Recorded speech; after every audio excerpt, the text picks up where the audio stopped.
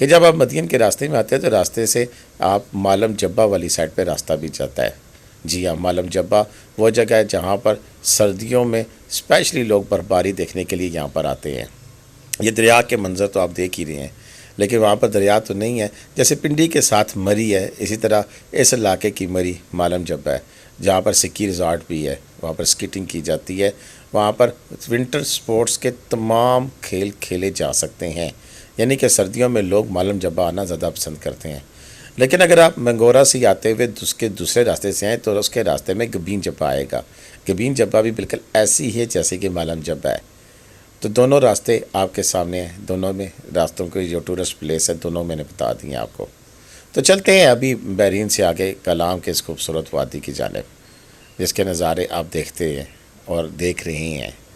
تو جب آپ بحرین سے آتے ہوئے کلام پہ پہنچتے ہیں، کلام بحرین میں آپ قیام کرتے ہیں، وہاں پر ہر قسم کے ہوٹل موجود ہیں. اسی طرح کلام کا بازار بھی اب بڑا رچ بازار بن گیا ہے.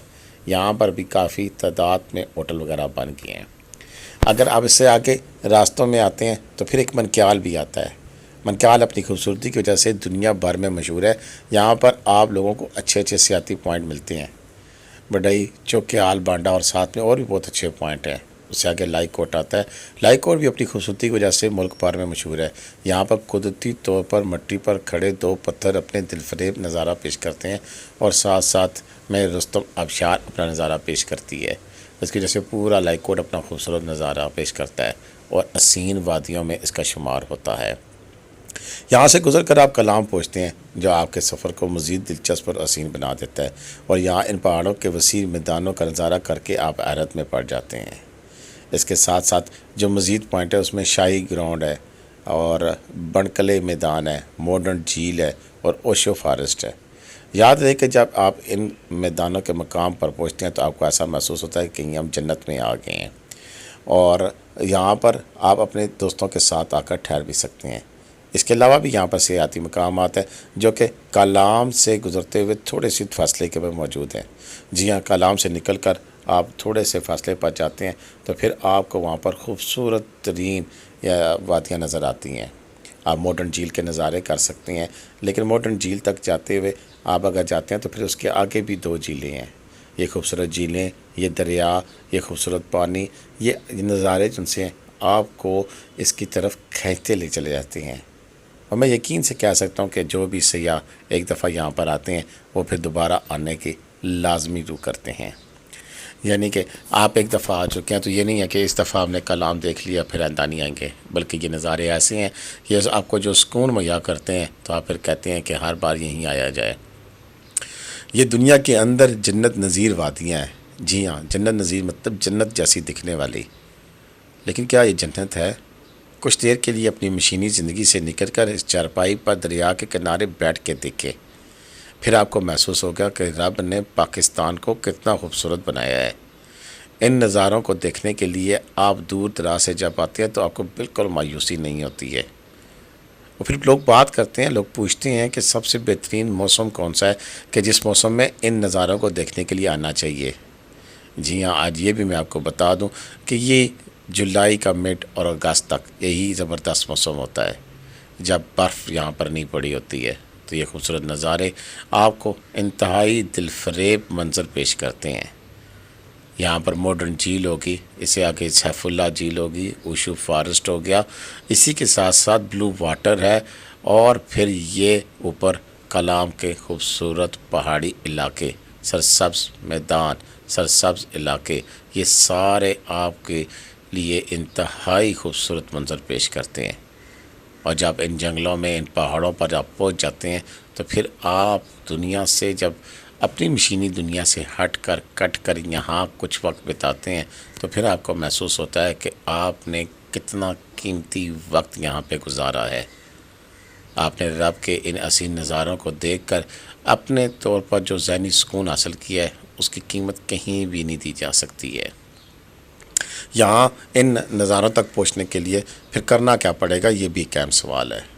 آپ کلام تشریف لائیں، وہاں گاڑی کھڑی کریں، وہاں سے پھر آپ 4x4 جیپ کرتے ہوئے آپ ماڈرن لیک وغیرہ پہ جا سکتے ہیں، جن کا کرایہ آج کل 8,000 روپیہ ہے. اسی طرح اوشو فارسٹ اور بلو واٹر کی طرف جائیں تو 4 سے 5,000. یہ قیمتیں کم سے زیادہ ہوتی رہتی ہیں کیونکہ ان کا تعلق پیٹرول سے ہے، اور پیٹرول کبھی مہنگا اور کبھی سستا ہوتا رہتا ہے۔ یہ خوبصورت نظارے دیکھنے کے لیے اب آپ کو سوال ہوگا کہ ہم جائیں کیسے، اور اگر وہاں جائیں تو ہوٹل وغیرہ کے کرائے کتنے ہیں؟ دیکھیں، ہوٹل وغیرہ کے کرائے بھی اسی طرح ہی ہیں۔ سیزن میں جو کمرہ نارملی 2500-2000 کا ملتا ہے وہ 4 سے 5000 روپے تک چلا جاتا ہے۔ لیکن اس مسئلے میں بشیر خان صاحب آپ کی پوری طرح مدد کریں گے اور آپ کی رہنمائی کریں گے، وہ آپ کو مایوس نہیں کریں گے انشاءاللہ۔ اسی طرح اگر آپ نے اپنے دیگر مقامات پر جانا ہے، وہاں پر ٹریول کرنا ہے، تو اس کی بھی ہم آپ کو تفصیل بتا دیتے ہیں۔ جی دوستو، اگر آپ بابوسا ٹاپ، نران یا اس علاقے میں جانا چاہتے ہیں تو 5 دن کا عنزہ اور 8 دن کا سکردو کا ٹرپ جاتا ہے ملتان سے۔ آج جمعرات رات 8 بجے گاڑی روانہ ہوتی ہے۔ شبان ٹریول اینڈ ٹور والے عزیز صاحب آپ کی خدمت کے لیے موجود ہوتے ہیں، اور آپ ان کے ساتھ سفر کر کے بالکل مایوس نہیں ہوں گے۔ انتہائی زبردست طریقے سے یہ اپنے ساتھ جانے والوں کے لیے ٹور ارینج کرتے ہیں اور ان کی خدمت بھی کرتے ہیں۔ جی دوستو، اگر تو آپ نے سوات کلام جانا ہے تو پھر بشیر خان صاحب اور نصر اللہ بھائی سے رابطہ کریں، لیکن اگر آپ نے نران والی سائڈ پہ جانا ہے، عنزہ سکردو جانا ہے، تو پھر سبحان ٹریول اینڈ ٹور سے رابطہ کریں، انشاءاللہ آپ کو مایوسی نہیں ہوگی۔ ویڈیو کیسی لگی؟ بشیر خان صاحب نے بڑی محنت سے ویڈیوز بنائی، سوات کے مختلف علاقوں کے نظارے آپ کو کرائے، اس کی خوبصورتی دکھائے۔ ویڈیو کوالٹی شاید اتنی بہتر نہ ہو، لیکن ہمارا کام تھا آپ تک معلومات پہنچانا۔ ہم کس حد تک کامیاب ہوئے اس کے بارے میں آپ نے اپنی آراء سے ہمیں لازمی آگاہ کرنا ہے۔ آج کی ویڈیو ہماری سوات کے مختلف علاقوں سے متعلق تھی کہ یہاں پر کون کون سے علاقے ہیں اور کہاں کہاں پر آپ کو جانا چاہیے۔ لیکن یہاں ایک بات اور بھی میں بڑی کرتا چلوں کہ جب بھی آپ اس طرح کے کسی بھی علاقے میں جاتے ہیں تو وہاں کے جو مقامی لوگ ہوتے ہیں، مقامی گائیڈ ہوتے ہیں، ان سے رابطہ رکھیں۔ یہی مقامی لوگ آپ کو پھر ان تمام خوبصورت جو جگہ ہے وہاں کے آپ کے نظارے کرائیں گے۔ کافی ساری جگہ ہیں جن کے بارے میں نہیں بتا سکا ہوں، بہت ساری جگہ ابھی بھی رہتی ہیں، تشنگی ہمیشہ باقی رہتی ہے۔